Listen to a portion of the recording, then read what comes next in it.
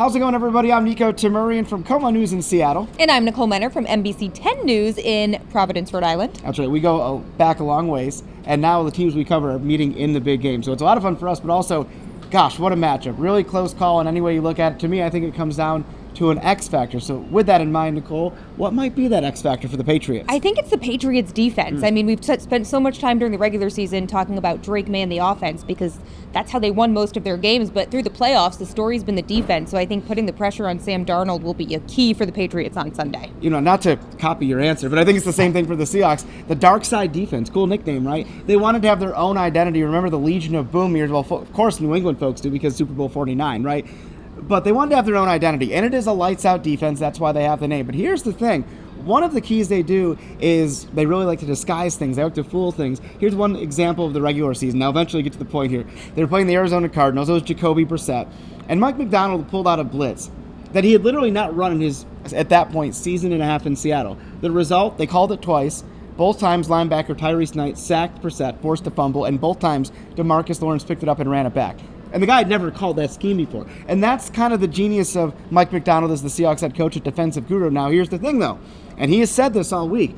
Drake May is one of the smartest quarterbacks he's seen. And he said, you can't fool this guy. To think you're going to fool him, it would be a stupid idea. So that's the idea. So I'm like, okay, so how are they going to defend this Patriots offense? Well, speaking of coaches, I think Josh McDaniels also on the other side. He could pull out some tricks. He's won a handful of Super Bowls. He's one of the big reasons that Drake May has taken this leap in year two. So I also think it could come down to the coaching matchups and also Mike Vrabel and what he's done with the defense. But I think, these two teams, not teams that anyone expected to be in this position on Sunday. They're pretty evenly matched. So we're hoping for a close game. I love this story. To that note, Jack Westover, your tight end from the Seattle area, and his sister before the season, you hear about this?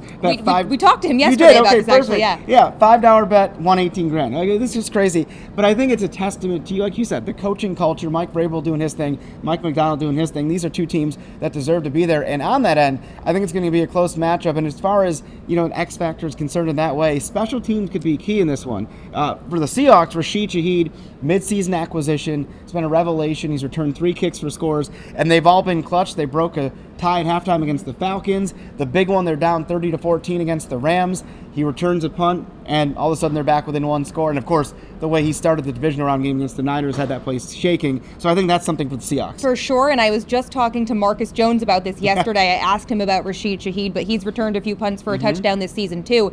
And I think this is a game where special teams could really flip the game on its head. So it's fun that they have 2 weapons on teams in Shaheed and Jones who could make an impact. And then the Patriots have a rookie kicker who's been pretty lights out this season. Right. And I caught up with him in the rest of the special teams unit today, and they really like that there's a nice weather factor in play because the Patriots had to play in some really rough conditions. I think we saw that impact them in Denver a few weeks ago. So yeah, no snow for the Seahawks this season. Maybe its first punt return for a touchdown wins the game. I mean, that would certainly be exciting, wouldn't it be? Now, what about the way that the Patriots have won games? And I'll bring the question from the perspective of the Seahawks fans that this team has won games in all sorts of ways. The Colts came in with Phillip Rivers out of retirement. They didn't score a touchdown the whole game, but they kicked 6 field goals. And it's a game they probably, at least on paper, should have won by more. Then there's that Rams game I referenced. They were down by 16 points in the fourth quarter. They somehow got out a win. Or they ran past the 49ers, maybe an injury-depleted 49ers team, but a playoff team nonetheless. So one of the superpowers, so to speak, of the Seahawks is their ability to win games in a plethora of different ways. What would you say about New England and the way they've kind of gutted out a lot of these wins this season? Well, I think for the Patriots in the regular season, they played, I think you've probably heard all the talk about the schedule they had and how it was one of the easiest in NFL history. So they did have a lot of blowout wins. That's why I think last month was so important, because they were winning games in ways that they hadn't all season. Low scoring, the defense getting it done. And I think that really helped prep them for this because, they have had to face some adversity in the regular season, but not as much as they did in the playoffs. And I think that was pretty critical. But they did get big wins on the road, Week 5 in Buffalo. Yeah. Really hostile environment there, as I'm sure you know. And a lot of guys point to that as being the turning point of the season, even though it was only Week 5. And that's the point you just made is why I've really just blocked out any of the stuff on social about the schedule. I don't care about the schedule. They beat the Bills. Seahawks beat the Rams. They're beating the rivals. You guys beat the Broncos. Yeah. And it's one of those things that everything we've said, I think, just illustrates how close this matchup is. You want to make a prediction? Let's make a prediction. And you want me to go first? You go first. Okay. I got to go with the Seahawks. Yeah, of course. And then listen, I really respect the Patriots. I think they're a really good football team. I think there's going to be low scoring. Now watch it be like 45-42. But I'm going to say Seahawks 21-17. And again, I think a special teams play will be the difference. Yeah, look at Rashid Shaheed. I love interviewing him. He's a great guy, and he's obviously a lot of fun to watch. Jason Myers has been ultra reliable kicking for them as well. But 21-17 with a special teams play in some way, shape, or form being the difference. I like that, and I'm going to go higher scoring. I'll go 28-24, so nothing too crazy. But again, warm weather. We were talking before about Drake May, how maybe he doesn't perform as well in the conditions that he has had to face the last month or so, but here it's going to be a beautiful sunny day in California Sunday.